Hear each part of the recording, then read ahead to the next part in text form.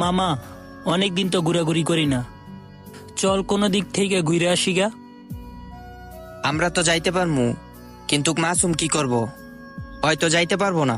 কেন মামা, মাসুমের আবার কি হয়েছে? আরে কিছু না, ওই টাকা পাইবো কই?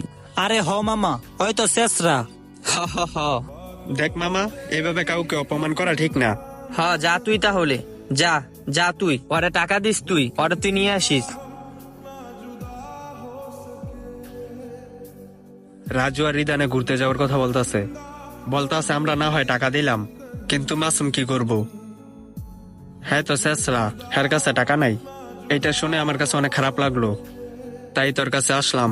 না মামা, ঠিকই তো বলছে, গরিবের ঘরে ছেলে আমি, টাকা পামু কই?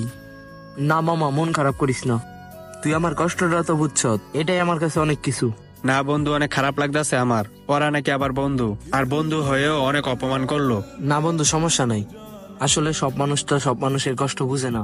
সবশেষে মামা একটা কথা বলি, কষ্টের সময় যে পাশে থাকে, আসলে আমি মনে করি সে আসল বন্ধু। আরেকটা জিনিস মনে রাখবি, নিজেকে বড় করতে গিয়ে যে অন্যকে ছোট করে, সে কখনো বন্ধু হতে পারে না। আচ্ছা চল, বাসায় চল।